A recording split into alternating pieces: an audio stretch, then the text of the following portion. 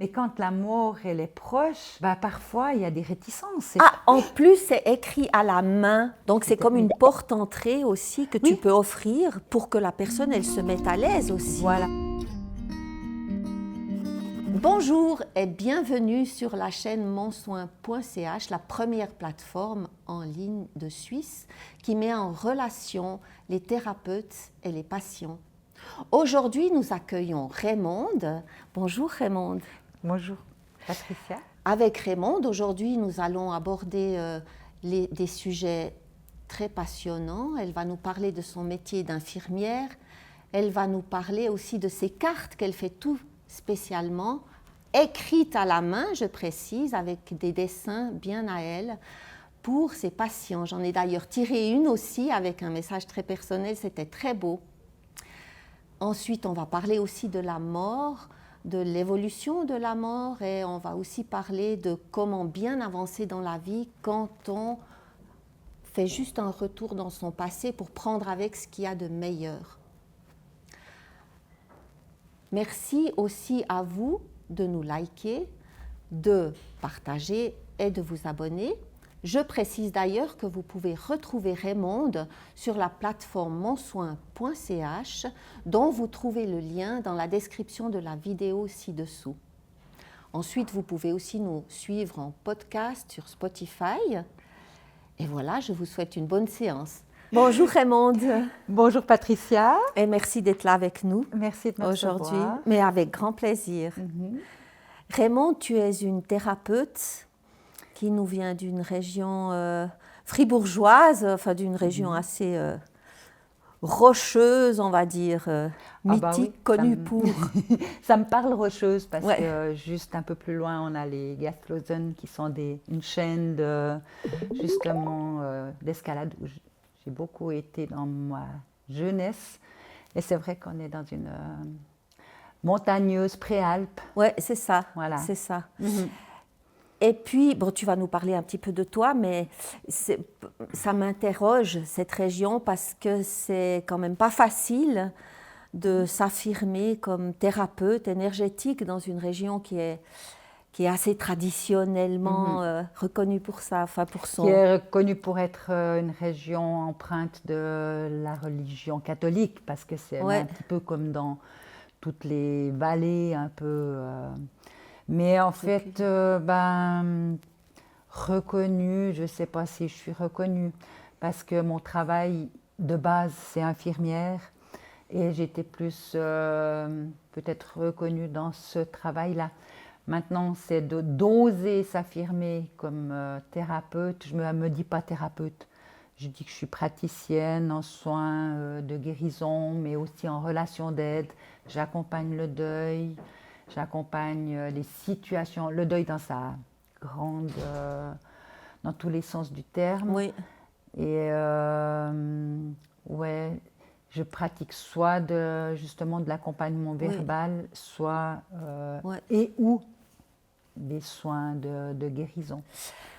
Ça parle beaucoup ce que tu dis, parce que finalement, dans ton métier d'infirmière, tu as appris à côtoyer l'être humain, au fait, dans toute sa douleur, dans toute sa nudité d'âme, au fait, à quelque part. Et puis, ça a aiguisé chez toi ces sens un peu qu'on ne voit pas forcément, mais... Ouais, je pense que mon choix d'être infirmière, il a bien sûr été...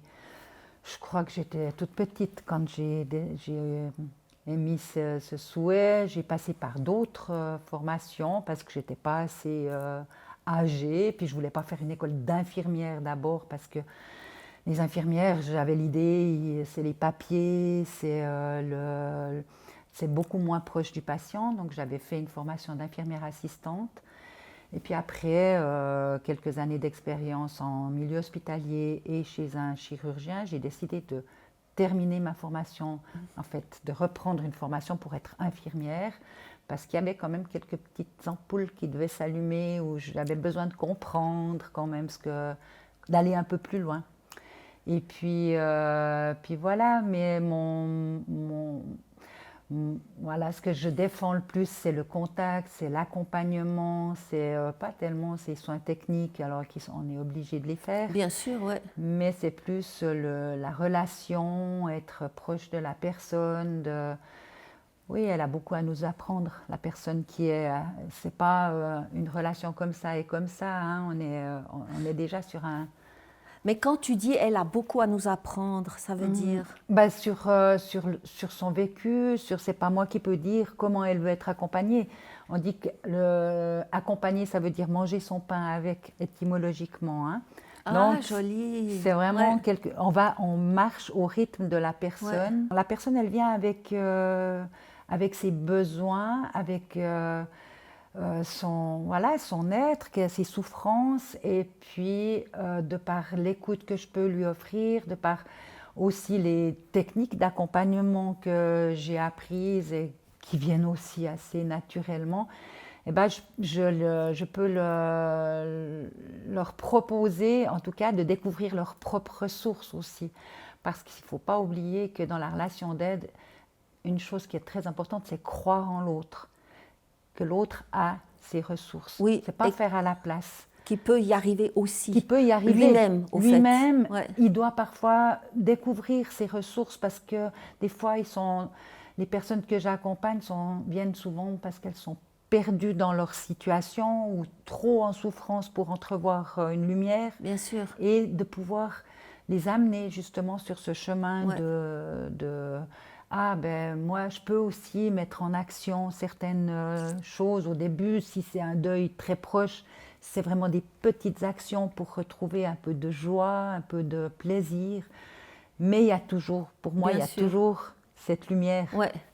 Tu parlais de deuil tout à l'heure. Je sais qu'on a partagé pas mal sur la mort quand on s'est entendu, avant aujourd'hui. Et tu as toi-même suivi une formation qui expliquait un petit peu l'évolution de la mort depuis les années 50 jusqu'à aujourd'hui. En fait, ça, c'est mon travail de diplôme que j'ai fait Ok. dans le cadre de cette formation, qui était une formation qui était sur 2 ans, où on a abordé toutes les différents deuils de l'enfant, des migrants liés au sida, liés à la psychiatrie. Enfin, on avait vraiment un large Panel de ça. voilà, c'était un peu une étude clinique. Du reste, c'est comme ça que je crois que le diplôme s'appelle étude clinique du deuil et accompagnement des endeuillés. Et après, j'ai fait, avant ça, j'avais déjà fait une formation d'accompagnement de personnes en fin de vie, et j'ai fait d'autres formations pour comprendre la psychogénéalogie, parce qu'il y a toujours aussi, dans les personnes que j'accompagne, des fois on peut se relier à ce que les grands-parents ou arrière-grands-parents ont peut-être vécu, puis qui se répercutent dans une vie. Qui se répercutent, voilà. oui. Justement, ça c'est le transgénérationnel, on appelle ça, n'est-ce pas? Oui, c'est ça. Oui, Ouais, ok. ouais.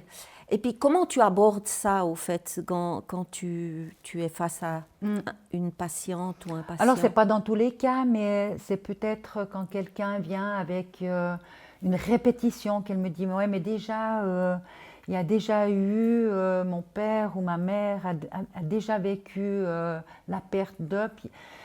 ou bien quand on me parle d'une trahison, de quelque chose d'une infidélité, par exemple. Ça arrive aussi que j'accompagne des gens en rupture. Et puis, des fois, je questionne sur qui a été infidèle aussi dans tes grands-parents. Est-ce que tu sais quelque chose de cette histoire? Alors, je ne suis pas psychogénéalogiste, mais je peux éveiller des recherches. Puis après, si vraiment la personne veut faire un travail, il y a des personnes qui peuvent dont c'est le travail de faire de l'arbre psychogénéalogique. En fait. Ouais, voilà, ouais. ok. Mais toi, tu peux guider quand même dans ce sens qu'il Oui. y a une répétition qui se fait, Oui. et la personne, elle est juste victime, enfin, elle porte quelque chose qui est appelé probablement à se libérer à ce moment-là, quoi. Voilà, et puis tu dis victime, alors pour moi, c'est justement pouvoir sortir de ce rôle de victime. C'est ça, exact. De dire, bon, alors moi, peut-être que je porte quelque chose qui vient qui ne m'appartient pas. Alors je peux proposer des rituels ou bien selon, encore une fois, ce que la personne, comment ça lui parle, ben, on va faire un travail où je vais lui donner à faire des propositions et puis dire ben, peut-être tu peux écrire une lettre, tu peux faire le petit bonhomme allumette, c'est une petite technique de couper des liens toxiques. Ah, voilà, ok. Ou Oui. voilà, il y a plein de choses comme ça, mais c'est la personne qui va choisir. Moi, je choisis jamais à sa place. C'est un Comment petit peu elle veut. Voilà, ouais. Mais elle comprend. Quand tu lui parles de ce transgénérationnel, la personne elle-même, Oui. le patient, il comprend de quoi tu parles. Parce que je lui explique. Oui. Ok. J'explique Ok. comment ça pourrait. Parce Être. que moi, j'ai pas de vérité en somme. Non, c'est ça. Voilà. Des fois, ben, comme ça arrive que je peux percevoir avant que la personne vienne, j'ai toujours un petit mot que j'écris sur une feuille. Et puis, selon ce qu'elle me dit, ben, la plupart du temps, ça se retrouve. J'ai déjà, moi, une petite idée. Après, c'est pas forcément, comment dire,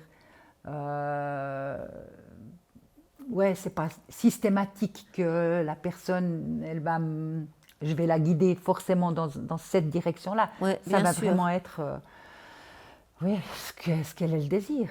Voilà, exact. Et puis elle peut avoir une demande d'écoute pure, ou alors d'avoir aussi de recevoir un soin de guérison. C'est quoi une demande d'écoute pure? C'est justement de pouvoir libérer la parole, de pouvoir être entendu. Moi, j'ai pas besoin de faire un soin. Il y a des gens qui sont pas forcément ouverts à recevoir de l'énergie comme ça, qui ont peut-être peur ou qui n'ont jamais fait. Oui, c'est ça. Ça m'est jamais arrivé que quelqu'un me dise non, je veux pas faire de soins. Mais ça m'est arrivé quand même qu'on n'ait pas le temps parce que ben voilà, il y a aussi eu trop beaucoup de paroles. Voilà. Puis qu'on dise ben peut-être la prochaine fois, ou alors voilà, je peux citer un exemple de quelqu'un qui vient avec un deuil très récent. Des fois, je leur propose juste alors de déposer et puis après, avant d'entreprendre quelque chose, d'aller chercher le pourquoi du comment, parce qu'ils ont besoin d'être normalisés, souvent. Ouais. Je dis bah, peut-être pour poser un petit peu, voilà ce que je propose. On peut faire un soin de guérison spirituelle. Et j'explique un peu comment ça se déroule. Et puis, c'est un peu pour refaire circuler l'énergie. Oui. On ne va pas s'occuper de prendre plus, de faire de la thérapie. On va juste poser et puis se recharger un peu. Ouais. Je reviens à notre discussion sur la mort. Oui. Mais parce que c'est super intéressant Oui. au fait comment elle a évolué, aussi notre attitude vis-à-vis de la mort, comment elle a évolué. Ouais. Donc toi, tu peux aussi apporter quelque chose de plus aux gens aujourd'hui qui sont confrontés à un deuil, puisqu'on le vit différemment que ce qu'on l'a vécu il y a peut-être 70 ans en arrière, on est d'accord? Ouais. Oui, ça c'est sûr qu'à l'époque, c'était... Les gens vivaient tous dans la même maison, il y avait les grands-parents, les parents, les enfants. C'est ça. Et puis peut-être, la plupart du temps, je parle Oui, plutôt oui, dans les campagnes. bien sûr. Et puis quand quelqu'un décédait, on le gardait à la maison. Et puis c'était comme les naissances, quoi, Voilà. il y avait la mort. Par contre, on n'expliquait pas forcément. Les enfants assistaient des fois un petit peu malgré eux à tout ça, sans qu'on prennent forcément en compte leurs questionnements ou leurs peurs. Ou, voilà. Petit à petit, comme je t'avais aussi expliqué, il y a eu la construction des salons funéraires, des salons funéraires, j'ai jamais le mot qui me vient à l'esprit, des chapelles mortuaires, voilà. Ouais. Ce qui a fait qu'on a sorti le mort de la maison. Et puis, on a donné un petit peu le pouvoir à d'autres personnes qui étaient les pompes funèbres, qui étaient là pour prendre soin, qui sont toujours là du reste, pour prendre soin du corps. Mais on a enlevé un petit peu par là, comment dire ça, un droit à l'endeuillé. Okay. Ça, c'était... Maintenant, ça revient un petit peu, les gens peuvent... Voilà. Mais le droit, tu veux dire le droit d'être en possession du rituel de séparation du corps, de savoir si la personne était visible. Si c'était un accident, souvent on cache, on ne montre pas. Oui, On ouais. dit ah non, c'est trop, ça va être trop traumatisant et tout. Alors il y a maintenant des techniques qui sont vraiment super. Du reste, j'avais été rencontrer Monsieur Pittet, le pompe funèbre, des pompes Ah, funèbres à à Lausanne, Lausanne, ouais, oui, oui. qui lui vraiment a redonné ce pouvoir aux endeuillés. C'est ce qu'il disait. Il avait à cœur, je ne sais pas maintenant si lui il est toujours, mais ouais, le en tout cas pratique vraiment. voilà.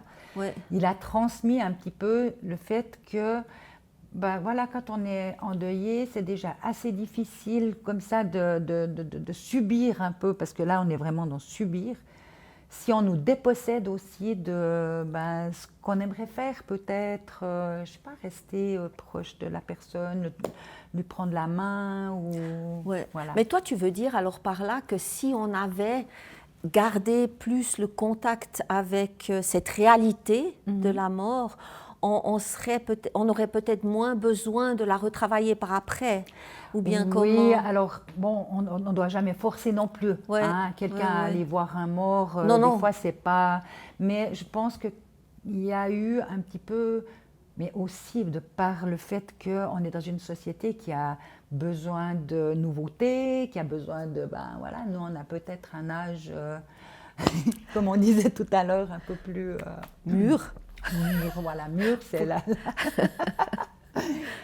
Eh bien, et voilà, on a des techniques pour retendre la peau, enfin, tout ce qui fait qu'on met un peu cette mort de Je vois côté bien. parce que Elle fait peur, elle quoi, fait quand peur. même. La vieillesse fait peur Ouais. et la mort, bien sûr, la finitude. Oui, et on la pousse davantage plus loin, même avec la médecine, puisque aujourd'hui on sûr. peut vivre beaucoup plus longtemps, mais Oui. parce qu'on est soutenu aussi Oui. avec tous les outils Et puis de un la médecin, recherche. il est formé à soigner.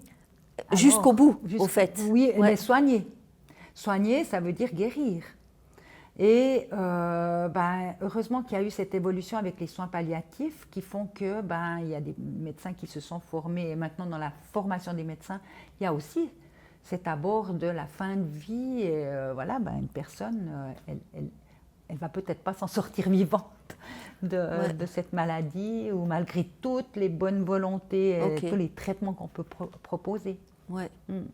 Mais au fait, ça fait pas trop peur d'en parler avec toi parce que on sent aussi que tu l'as approché bien des fois avec ton métier déjà. Tu disais tout à l'heure que tu sentais quand la mort s'approchait. Donc il y a aussi des manières de se tenir vis-à-vis de cette personne qui va s'en aller. Je pense qu'il faut surtout oser aborder, même dans le milieu soignant, c'est pas facile. C'est vrai. Non, parce que forcément, j'ai peu d'expérience hospitalière, j'ai plus d'expérience dans des soins de longue durée, EMS ou comme ça, où il y a quand même un investissement malgré qu'on reste des professionnels. C'est des personnes qu'on voit tous les jours et puis que parler de cette fin de vie, des fois, c'est déjà à l'entrée, la personne, c'est rare qu'elle ressorte d'un EMS. Ouais. Ça arrive, ça arrive. Ouais. Mais c'est déjà une thématique qu'il faut aborder. Il y a maintenant aussi les directives anticipées qui font qu'on aborde cette question. Mais quand la mort, elle est proche, parfois, il y a des réticences. Et puis, ça, c'est selon son histoire personnelle. Est-ce que je suis prête à, même si je suis une très bonne infirmière ou une très bonne aide-soignante, est-ce que je me sens d'accompagner cette personne jusqu'au bout? Oui, c'est très beau. Ça donne quelque chose de ta personne qu'on sent très, très mûr, au fait, aussi très, très sage, à quelque part très enraciné. Oui, et puis, voilà, au fait, ça veut dire que si on vient, si on prend contact avec toi, on sent quand même derrière qu'il y a cette expérience d'une personne qui a vécu beaucoup sur le plan humain, et que même tu as été jusqu'à fabriquer tes propres cartes. Oui, alors ça c'est quand je me suis installée. N'est-ce pas, qu'on voit sur la table, mais oui. Quand je me suis installée, j'ai quitté justement le milieu des soins de longue durée parce que j'avais un petit peu cet appel de me dire je peux accompagner justement les gens un peu comme je veux, leur offrir du temps un peu comme je veux. Et puis, au fil je dois quand même dire que ma connexion avec le monde spirituel est venue petit à petit. Je pense qu'elle est depuis toujours, mais je pense que chacun d'entre nous. Mais comme tu l'as dit tout à l'heure. Oui, oui. On l'a tous un Absolument. peu. Voilà. Oui, oui. Après, il y a eu des décès dans mon enfance, il y a eu le décès de mon père dans mon enfance qui a peut-être aussi fait que cet attrait de la mort et du deuil et du tabou, de parler, voilà. Ça c'est vraiment ça qui m'a fait choisir aussi qui m'a donné envie de libérer ces paroles et ces tabous. Et puis après coup, voilà, j'ai développé un peu cette connexion avec le monde spirituel, mais ça peut, oui, sans être mystique. C'est vraiment se laisser inspirer par ce que le monde spirituel a à dire. Bien sûr. Et au décès de mon beau-frère, c'était en 2016, là j'ai eu comme un passage chez moi qu'il y avait plus. Il y avait plus que ce que j'avais ressenti jusqu'à ce moment-là. Et puis voilà, j'ai fait mon petit bonhomme de chemin, je me suis un peu formée, j'ai été apprendre à faire des soins de guérison. Et j'ai décidé de faire le pas, de m'installer. Et juste dans cette période-là, un jour, je me suis installée à mon secrétaire et puis j'ai eu 15 thématiques qui me sont venues, qui m'ont été dictées. En fait, c'est un peu comme si j'avais canalisé des messages, du channeling, voilà, des messages que j'ai imprimés. J'ai fait imprimer sur une carte qui représente la photo de ma une petite table de consultation où je vais toujours ramasser des petits cailloux au cœur dans la nature. Enfin, je les ramasse, je les vois, alors je les prends. Et puis, voilà, j'ai fait une photo. J'ai développé ces photos, voilà, un petit peu par surprise. Alors, voilà. Et puis, je vais la lire. Au fait, il s'agit du renouveau. Il est temps pour toi de laisser l'ancien se diluer et de voir éclore les bourgeons du printemps. Cette carte te parle d'un nouveau cycle et de tes valeurs intrinsèques. Et là, après ce renouveau, donc c'est une jolie phrase que tu as créée de toi-même, et tu proposes un rituel qui dit « Imagine voir fleurir les bourgeons de l'arbre que tu as planté et remercie-toi » avec un T majuscule. Joli. Et on est vraiment en numérologie, sans faire de numérologie. Oui. On est en 2025, on est en année 9. OK. Et l'année 9, c'est la fin d'un cycle. En 2026, c'est le 1. Ça va être le renouveau. Mais bien sûr. Et puis, voilà, on laisse un petit peu l'ancien, on nettoie un petit peu. Et puis, voilà, on peut se relancer vers... Bien sûr. Et puis, c'est aussi se relier à soi que de dire, j'ai planté quelque chose, j'ai semé quelque chose, maintenant c'est temps que ça s'éclore. Ça veut dire que quand les patients viennent chez toi, ils peuvent choisir une des cartes comme ça. Oui. Et toi, tu commentes avec eux. Oui, bien sûr. Par exemple, maintenant, tu me dis, tu as choisi ça, ça veut dire que tu es aussi devant une nouvelle année, enfin, mais ça peut être universel et ça peut être personnel. Absolument. Et où. Voilà. Parce que ça peut être, alors je propose de tirer ou pas, ça dépend de ce que la personne est, mais des fois ça donne un éclairage. OK. Ou on en parlera après, les autres cartes aussi parfois, alors c'est plus centré sur la connaissance de soi, ça c'est plus peut-être universel. Voilà, c'est ça. Et c'est vrai que ça m'est eu arrivé d'avoir une personne que j'accompagnais qui était pas du tout branché spiritualité et que j'allais accompagner parce qu'il était dans une colère, parce qu'il avait une maladie Une maladie de Parkinson, et puis pour lui c'était vraiment très très difficile d'accepter cette perte d'autonomie et les tremblements, mais il n'y a pas que ça, hein, il y a aussi une perte au niveau du corps. Enfin, voilà. Oui, bien sûr.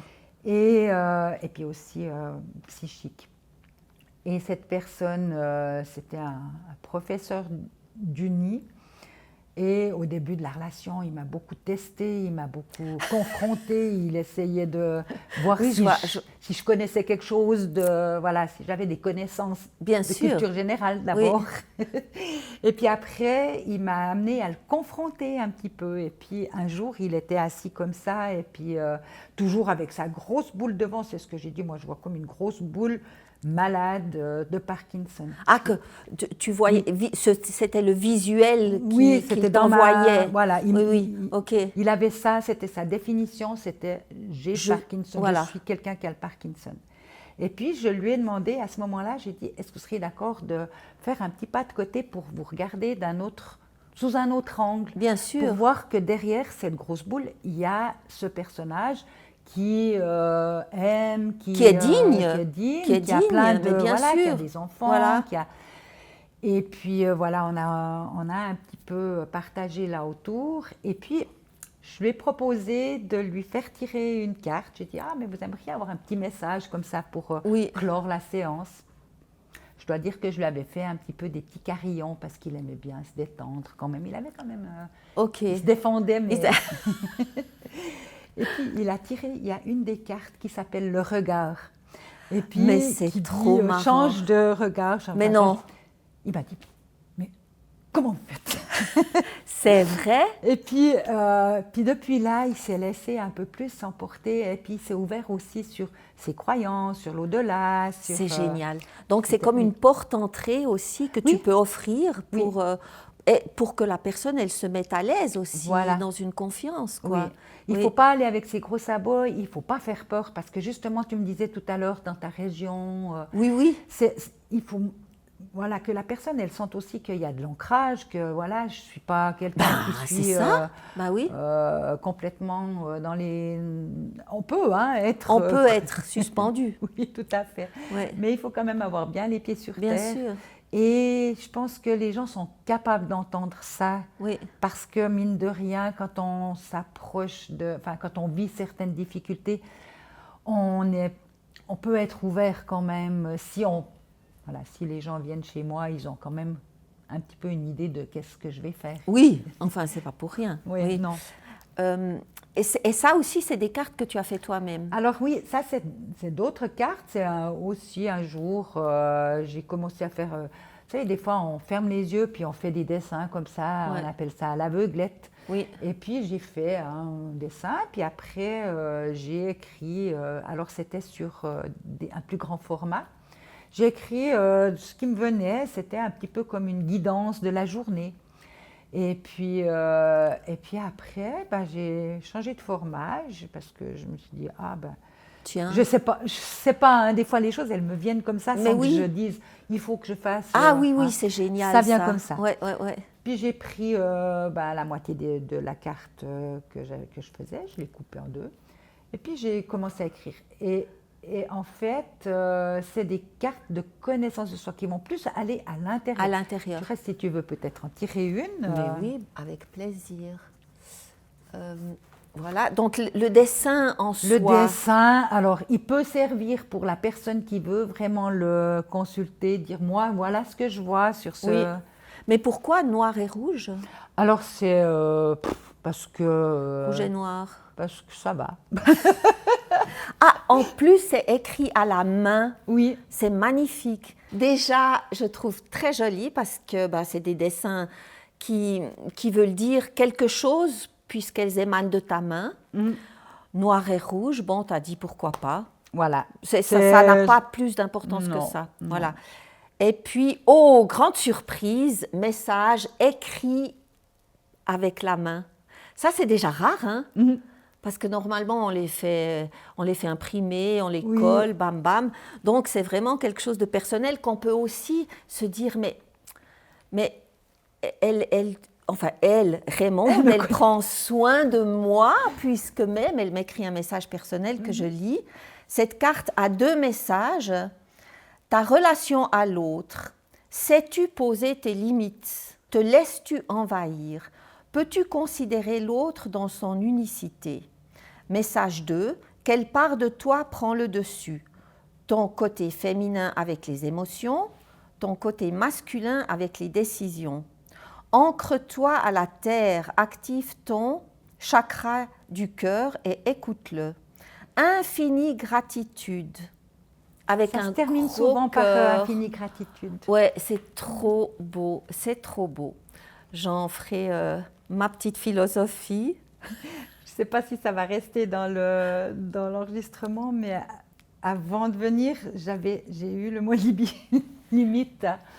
Pour moi, oui. Limite, mais sérieux? Non, mais sérieux?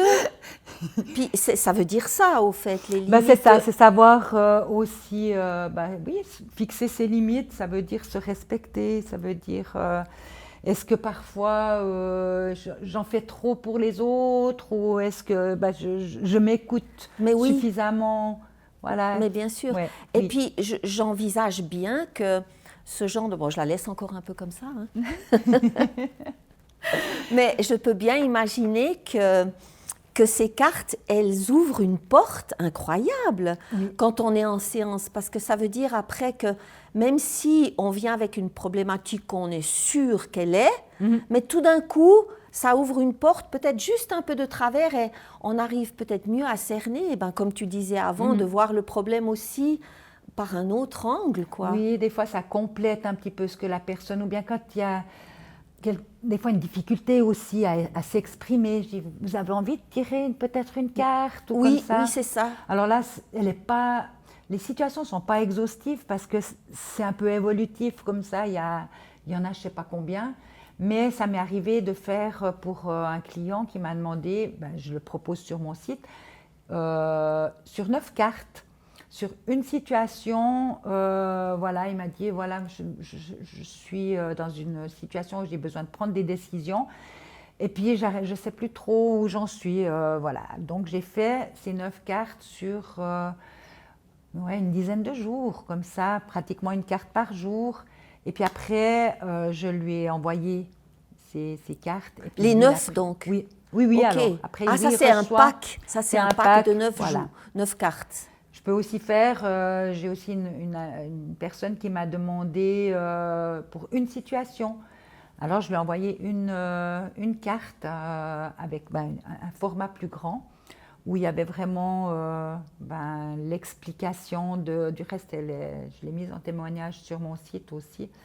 Disait dans une situation où elle avait de la peine à prendre une décision, où elle était un peu emberlificotée, comme on dit dans ses pensées, engluée, voilà. Ça l'a éclairée sur comment, il y a rien de divinatoire. Hein. Moi, je fais rien de divinatoire. Je ne fais pas de la voyance. C'est vraiment le retour à soi, parce que je pense qu'on est les premiers à savoir ce qu'on a besoin. Parce que quand tu dis divinatoire, ou quand tu compares le divinatoire au fait d'être inspiré pour écrire ces cartes, c'est quoi la différence au fait? C'est que je ne vais pas faire de prédiction. Je n'ai pas envie que ce que je fais soit prédictif. C'est plutôt du ressenti, du reste c'est ce qui me vient. Moi, on me dit jamais, dans 3 jours, cette personne va voir. Et ça fait peur. Oui, ça fait peur, évidemment. Je trouve qu'on perd son libre arbitre si on fait ce genre de choses. Là, c'est plutôt quelque chose qui va nous faire avancer peut-être, un peu plus aller à l'intérieur de soi et se questionner.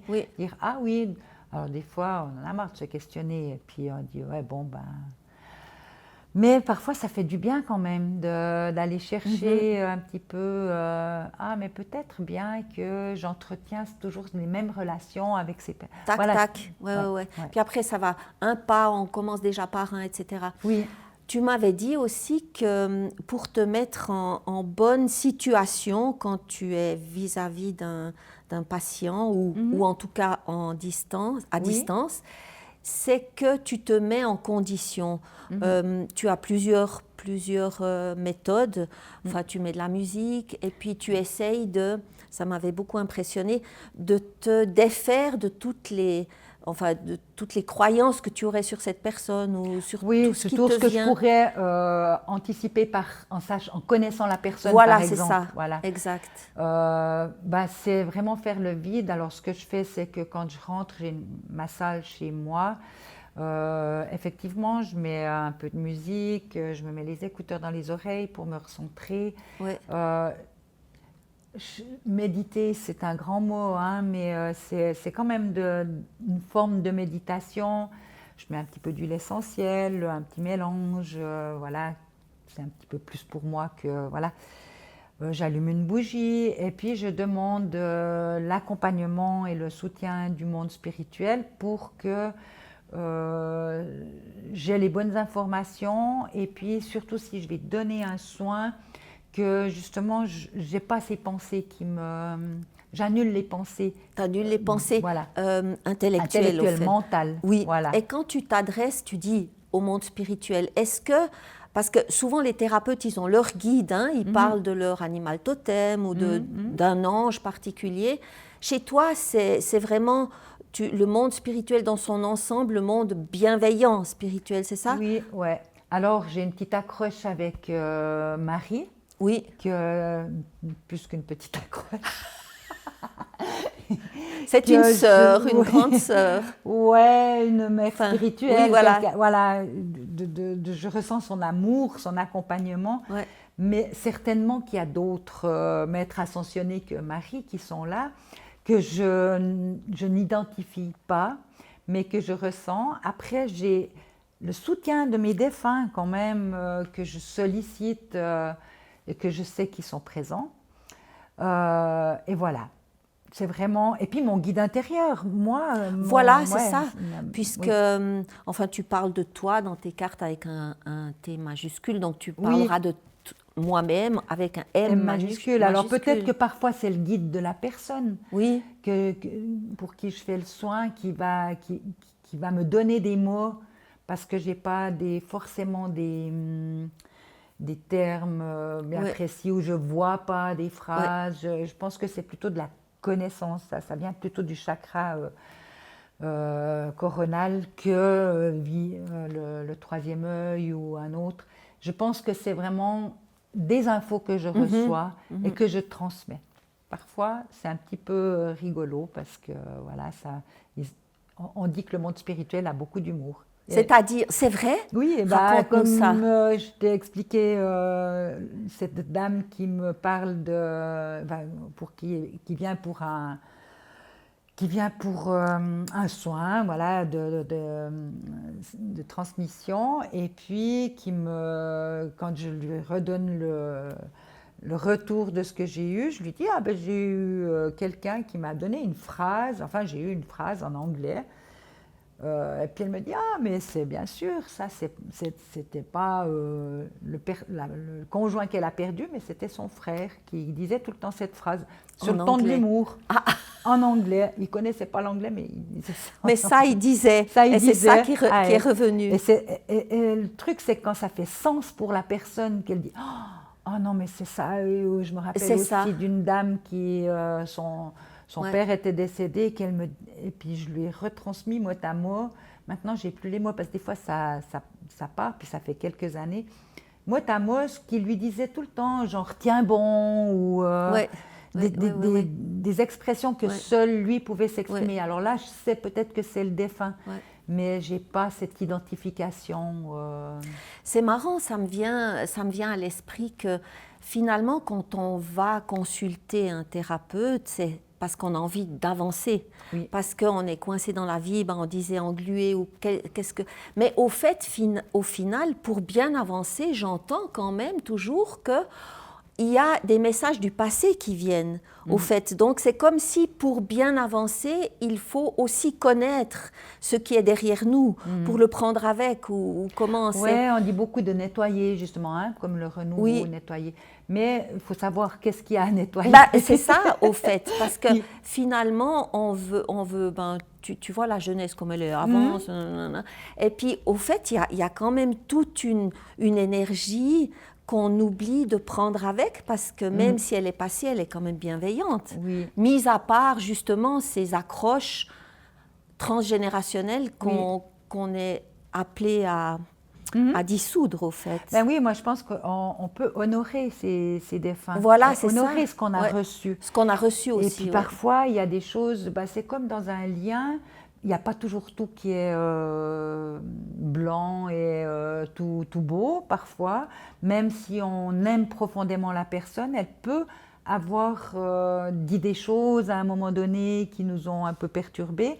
Et puis c'est ce lien-là, cette chose-là qu'on peut couper. Ça ne veut pas dire qu'on coupe le lien c'est ça.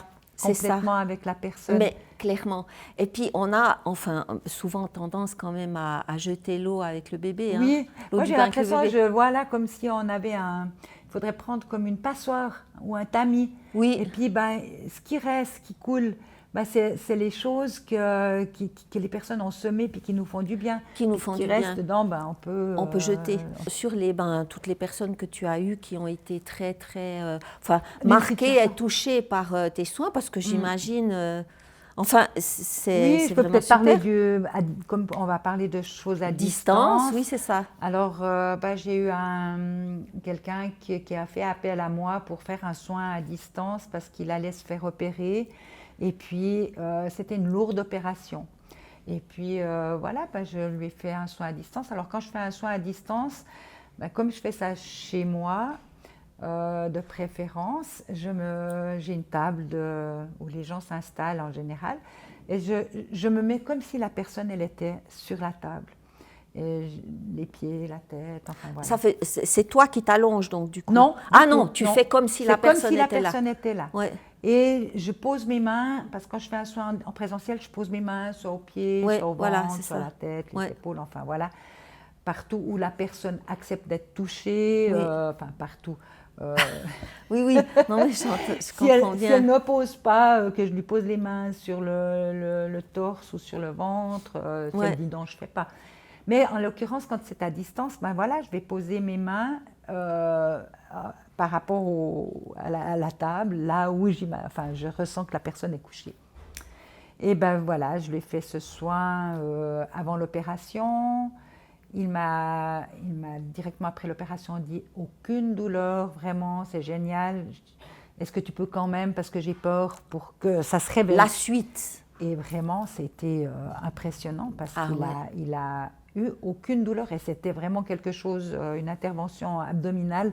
On sait qu'on a quand même pas mal de muscles. Moi, ça m'épate encore. Hein. C'est vrai. Je peux être que dans l'émerveillement de ça parce que voilà, c'est pas moi qui guéris. Hein. Non, mais quand tu touchais son corps qui n'était pas là, au fait, toi-même, tu avais des sensations. Moi, je sentais beaucoup de paix. C'est plutôt des choses comme ça qui me viennent quand je fais un soin à distance.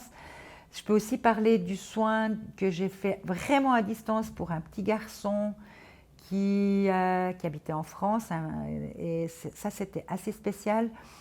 Je sentais quand je mettais mes mains au niveau des pieds, c'était un petit bébé, il avait 8 mois comme ça. Je sentais que ça bougeait comme ça, ça gigotait. J'ai fait le soin et puis après j'ai eu un contact vocal par WhatsApp vocal avec sa maman. Ouais. Et puis elle m'a dit oui, en fait, je lui ai retransmis ce que j'avais senti, que ce petit garçon, il était angoissé, et en plus il avait de l'eczéma, voilà. Et puis c'était un petit peu pour ça qu'elle me contactait. Et puis que je sentais qu'il y avait quelque chose qui était très en lien avec elle. C'est vrai. Voilà. Et elle m'a dit oui, bien sûr, moi j'angoisse parce que dans quelques temps, je reprends le travail et je vais devoir le mettre en crèche. Et, voilà. Tellement typique. Alors, c'était vraiment lié. Hein, mais les enfants, souvent, c'est lié émotionnellement. L'eczéma, en plus, c'est quelque chose de très émotionnel. Et après, comme cette personne habitait en France, je lui ai proposé d'aller en France peut-être, elle, faire quelque chose. Physique, oui, disons. Ouais, voilà, ou une en crème parler, ou quelque chose. Voilà. Ouais. Pour elle, plutôt, l'enfant était pris en charge au niveau des crèmes, mais plutôt pour aller travailler sur son angoisse. Ok. Voilà. Après, j'ai pas eu de nouvelles Ok. parce que j'en ai pas repris non plus. Parce que après, je me dis, si les gens, ils ont besoin, ils peuvent me recontacter. Bien sûr, ouais, c'est super. Mais ouais, c'était aussi une expérience qui était assez chouette. Et puis, pour en revenir avec la personne d'avant, elle en a parlé à d'autres personnes qui m'ont aussi contactée. Et, voilà, c'est un peu boule de neige comme ça. Mais c'est super. Oui, alors moi je trouve que c'est génial. Non, parce que oui. Si on peut faire quelque chose de positif, alors oui, tant mieux. Hein, c'est un petit peu on n'est pas dans, enfin, je suis pas dans le sauveur d'aller sauver les gens. Si les gens ont besoin, ils viennent. Du reste, je fais jamais un soin à quelqu'un par la demande intermédiaire de quelqu'un d'autre. Ah, tu attends que la personne vienne elle-même. C'est la personne qui vient. Du reste, il n'y a pas longtemps, il y a quelqu'un qui m'a contacté. Est-ce que tu ne penses pas que tu pourrais faire un soin? Je vais payer une séance à telle et telle personne de ma famille. Alors, j'ai pu lui répondre, mais merci de penser à moi, mais elle doit venir, elle. Elle doit me contacter, elle. Ça doit venir d'elle, parce qu'on ne peut pas, c'est un peu être intrusif aussi, si on va faire un soin sur quelqu'un qui n'a rien demandé, qui n'y croit peut-être pas, qui a peut-être peur qu'on lui vole quelque chose au niveau de l'énergie. C'est voilà, un entretien, voilà, c'est la même chose. Hein. Je ne vais pas accueillir quelqu'un par l'intermédiaire. Oh, il faut absolument que tu ailles chez Raymond. Elle doit être pleinement acteur, la personne, en fait, sinon c'est pas sens. Oui, c'est décisionnaire. Ouais.